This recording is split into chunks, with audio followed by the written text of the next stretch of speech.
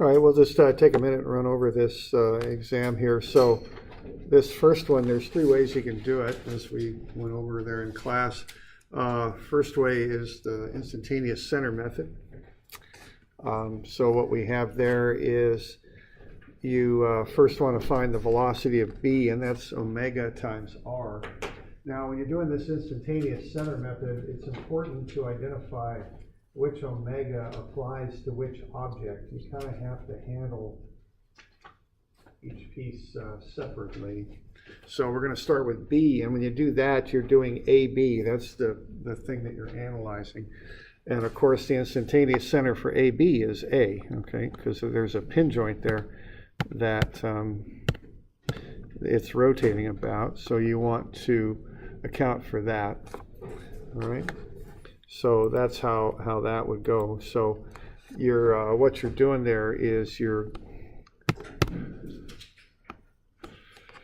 going to find the rotation about the pin joint. So the pin joint is the IC for AB, the instantaneous center for AB. Okay, so what you're going to do then is just take the length of AB, which is 0.36 meters times the angular speed, which you're given at 7.8. So you just multiply those two together and you get 2.81 meters per second. Okay, so that's the speed of B. Okay, now once you have the speed of B, what you'd want to do next is go on to BC.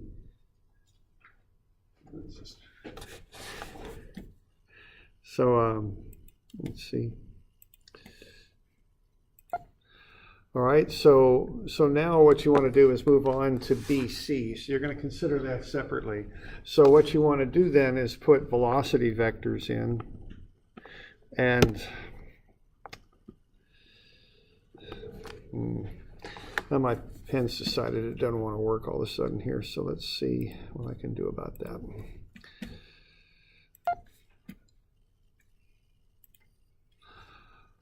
All right, so what we're going to do then is we're going to put in a velocity vector there for B and draw in a perpendicular to it, which of course will go right on the linkage AB. But then we're also going to put in a velocity vector for C and put a perpendicular into that. And notice when that intersects, that's not at point A. So the IC for BC is up here. It's on linkage AB, but it is not at point A. All right. So what you're going to want to do then is to put, draw up a little bit of a triangle there that represents that. I've got two versions of that over here. And then you're going to want to use the law of sines to find the lengths of the sides. So that top angle there, that's going to be 90 minus the 59 that you're given. The one here in the vertex right there, that's going to be 90 minus the 73 right here, so that's 17. And then you can get this middle one in a variety of ways. I usually just kind of put the 59 right there and the 73 right there and add them up, and that'll be 132. All right, so there you go. Now, it looks like I changed some lengths here, so I got one little typo. That should be 0.61 there, I think. So what we're going to do, we're going to equate 0.61 to the sine of the opposite angle, sine of 31, the distance from B to the IC to the sine of 17, and the distance from C to the IC to the sine of 132. And based on that, you can solve for the two lengths, B to the IC and C to the IC. So now we're analyzing BC here, okay? So what we're going to look at, see, we've got the velocity of B. We found it already when we analyzed AB, so that's 2.81. And if you divide that by the distance from B to the IC, which is 0.346, we get 8.12 radians per second. So what that means is BC at this moment is rotating counterclockwise around the IC at 8.12 radians per second. You can then take that angular speed and multiply it by the distance from C to the IC, which is 0.88, and you'll get the velocity of C. It's moving to the right at 7.15 meters per second. Okay. So that's approach number one. Okay, now approach number two here, I did a cross product method. So what I want to do, for cross products is I want to find the position of B with respect to A first. And so I've got the length, it's 0.36, and I've got the angle 59. So negative 0.36 cosine 59I minus 0.36 sine 59J. So it's going down, it's going to the left, so those are both negative. So I get the position of B with respect to A. I'm going to do the same thing while I'm at it here and get the position of C with respect to B. That's to the right, which is positive, and down, which is negative. 0.61 is the length, and I've got the angle at 73. So I do the trigonometry there and make a vector out of that. Okay, then I just kind of work my way through, start at A and go to B. I'm going to do a cross product. I'm going to cross omega with R. So I got omega, it's given, positive, counterclockwise 7.8. I cross it with the position vector, and I get the velocity of B. Okay, then I'm going to get the velocity of C with respect to B, which is also a cross product, omega crossed with R. Omega is now an unknown, and I've got the position vector of C with respect to B. I do that cross, and I get the expression for the velocity of C with respect to B. Okay, now I put all this stuff into one big vector equation. I got VC, which has only an I component, 0J on the VC. Put in the velocity of B, and then add in the velocity of C with respect to B with the unknown omega. I can pull out the J's, solve for omega, 8.12. Plug that into the I equation and solve for VC at 7.15. Okay. Last method is just called a geometric method. It's just does the same sort of thing there. Relative velocity just does it without cross products. Just do it by looking at things. So VB there is down to the right. This is 59 minus 90 minus 59 gets you 31 down below the x-axis there, down right. So find the velocity of B, 7.8, which is omega times the length of 0.36. That's 2.81 down and to the right. Cosine 31, sine 31, positive x, negative y. There's the velocity of B. Okay, so you got to get your trig right on this stuff. You've got to use not the 59-degree angle, but 90 minus 59, because that's the direction of the velocity, and that's 31 down below the x-axis. Positive x because it's going to the right, negative y because it's going down. So you got to watch the angles, you got to watch the signs. Okay. Now the velocity of C with respect to B is omega r. You don't know what omega is, but you know the r is the length of the linkage. Angle is upright, and 90 minus the angle here, which is 73, is 17. So we got 0.61 omega cosine 17I plus 0.61 omega sine 17J. That gets you the velocity of C with respect to B. Okay, throw that into a big old vector equation as before and solve it in the same way as before. Any questions on that?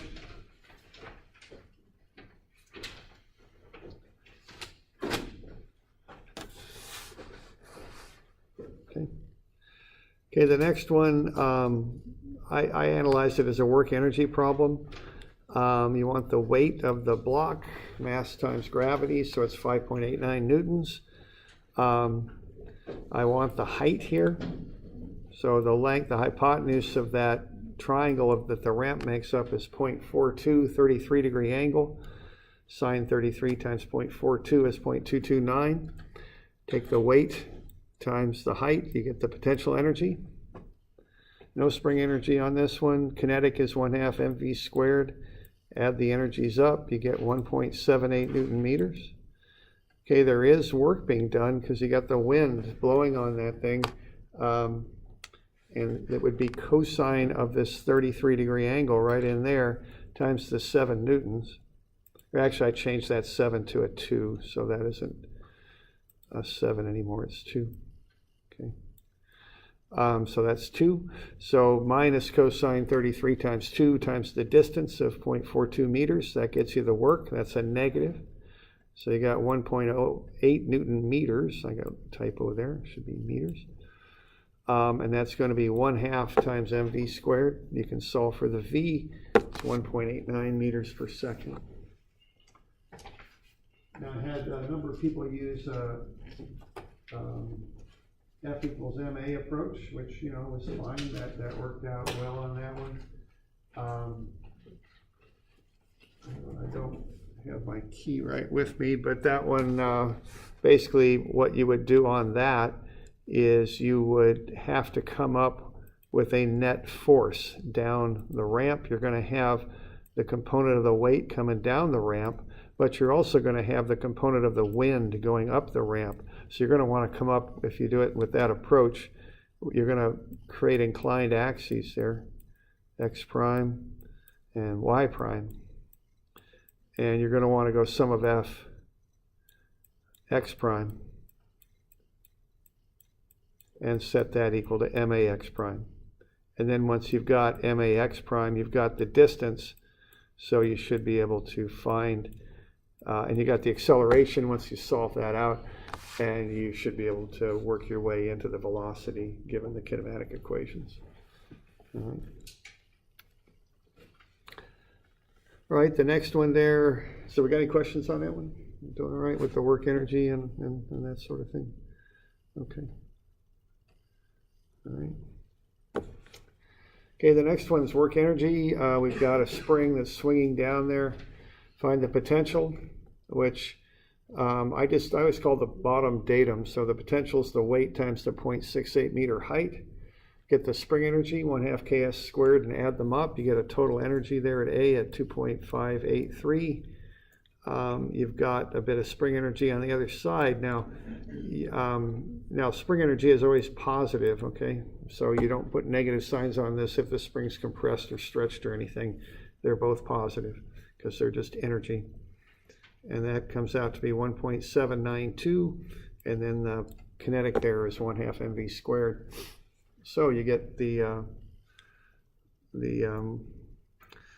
different ways to do that. I just took the total energy that I had at B, subtracted off the spring energy. That got me 0.791, and that was equal to 1/2 mv squared, so V's 2.22. Doing all right with that one? Yeah, sure.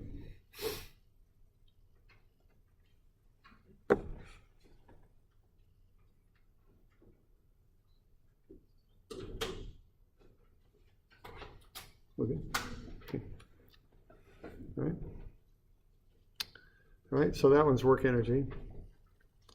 Next one's a collision, so that's got to be done with momentum, and the big thing with momentum is it's a vector, so you just have to analyze it in that way. So 0.35 kilograms times 1.8, okay, that's going to the right, so it's positive. Then 0.24 times negative 1.4, because that's going to the left, so that's negative. So this is the x equation only. We're just looking at the x motion there. That's going to be 0.24 kilograms times VBX, and plus 0.35 kilograms times minus cosine 29 times 2.1. We're getting the x component of this motion after the collision. I'm not doing any trig here. I'm just calling this VBX. I can go ahead and solve it, and I'll get VBX. I don't know the angle there. I don't need to put the angle in there as an unknown. That just makes the algebra more difficult, so I just call it VBX there. Do the same thing in the y. I have no motion in the y direction before the collision, so it's 0 on the left. I got sine 29.35 times 2.1 for the upward motion of A after the collision. And then I just go plus 0.24 times VBY. And VBY there, I've got a little bit of a typo. That's a negative is what that ought to be, because it's going down.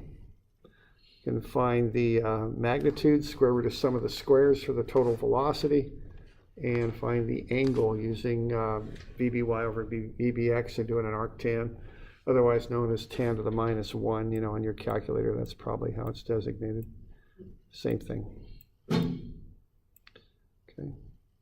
So that the big deal on that is you got to vectorize it. Okay.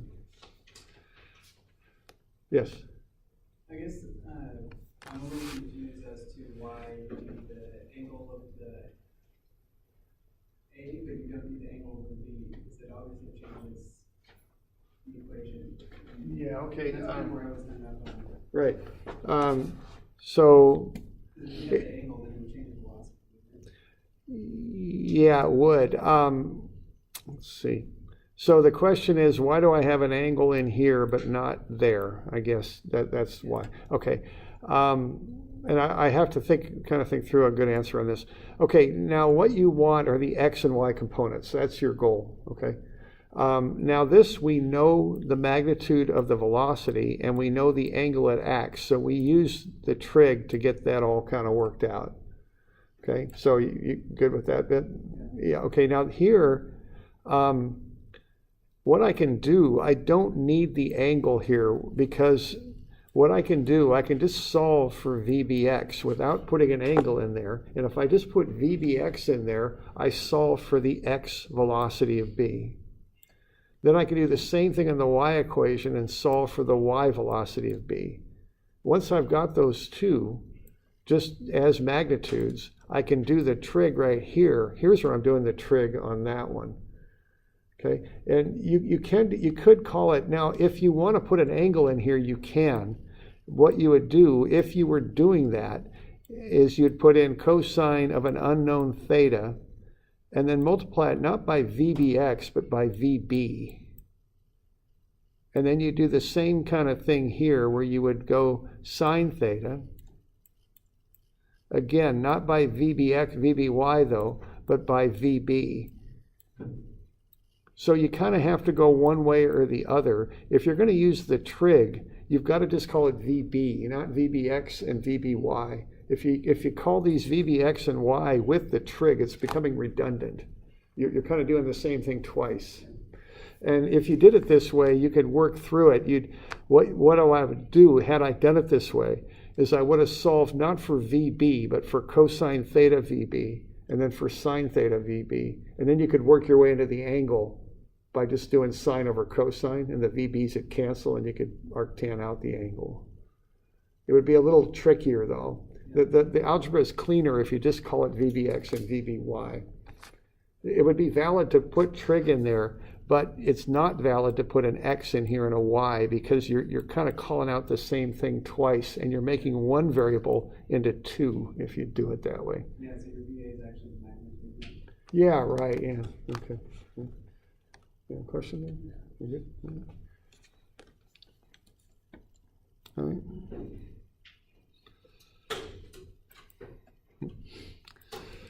All right. The next one there is angular momentum. So the thing on this is two main ideas here. First is you've got two weights, so you have to handle them with two equations. Okay, so we got, and the other is this stuff up here. You know, we're doing angular momentum on this. And then we're also doing V is R theta dot, okay? So this is the way to handle this. The equation calls for V, but you're given and you're looking for theta dot. So you have to put an extra R in there. Now that gets maybe a little confusing because you get two letters that actually mean the same thing. This D and this R are the same distance. So you're going to get the D, the 0.32 meters, so this is for the 0.54 kilograms, times its mass. But then again, you put in the 0.32 meters a second time, so you can multiply it by the angular velocity. Okay? You do the same thing for the 0.28 kilogram mass. 0.48 times 0.28 times 0.48 times 0.35. Now, there's a negative sign out in front of that. For some reason, you can't see it. So there's two negatives here because this thing's going... if you use the right-hand rule, your thumb's pointing down, so I called that negative. Okay. Now the couple's applied the other direction, so that'll be the couple times the time. And then just set that equal to 0.32 times 0.54 times 0.32 theta dot, 0.48 times 0.28 times 0.48 theta dot. You can't use a V here because the V's are not equal.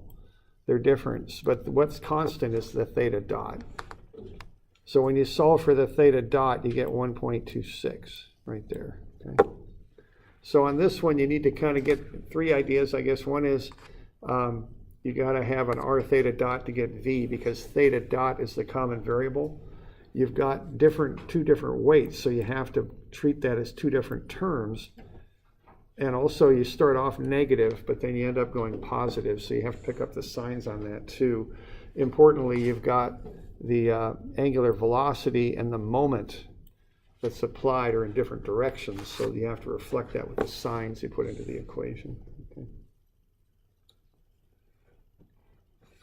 Okay, so we're good with that? We got any questions on that one? All right, and then the last page there on the back. The one thing on this, the power is the weight lifted times the distance it's lifted. That's the work divided by the time. But that doesn't get you horsepower, okay? Or actually, that doesn't get you kilowatts. I'm sorry. A lot of people just call that kilowatts, but it's not, because you've got pounds and feet in there. What you got to do is go through horsepower, convert that to horsepower, and then convert the horsepower into kilowatts. So that's not just that product. You have to do these conversions and get 15.25 kilowatts. And then you can divide it by what the energy put into that, and you'll get the efficiency. It's about 80%.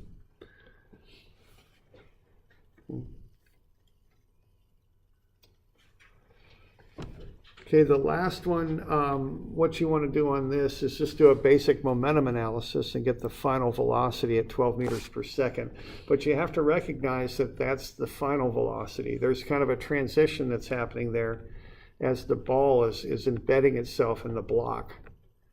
Okay, and that's kind of what I was trying to show here, is there is a time when the velocity of the ball and the block don't equal each other, because the ball is moving through the block, is what it's doing. So this is a valid equation, but it takes a while for that to happen. So what you get when you get 12 meters per second is you get the final velocity, not the initial velocity when A starts to move, but the final velocity after the 0.06 seconds.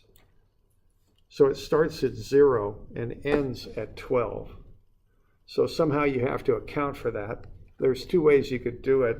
You could use momentum and find the force that's exerted on A. Now notice I'm only using the mass of A there, because I'm looking at what B does to A. So A starts at rest, that's the 0 on the left. I got the time and the force there for the impulse, F dt. And then I've got the final the mass and the final velocity just of A, so that's the mass of A. So what B does is it pushes on A with 480 newtons. If I know the force exerted and I want to find the distance now, the quick way is just use work. Okay, and it's flat. A lot of stuff zeroes out. So what you end up with, if it starts from rest, is the work, which is the force times the unknown distance, is the final kinetic energy. Okay, so you end up with a 0.36 meter distance. Now the other way to do it is to use V as V0 plus AT. You got the final velocity, you got the initial velocity, you got the time, so you can find the acceleration. It's 200, and then plug that into this equation here, and you get the same distance, 0.36. So the key on that was that A doesn't move at 12 meters per second for the entire 0.06 seconds. That's the velocity when at t equals 0.06. It starts at rest. So you have to account for that transition however you do it. A lot of people got 0.72 meters, but you'll notice this is half of that, and the reason is it starts at 0. Okay. So we got any questions on that?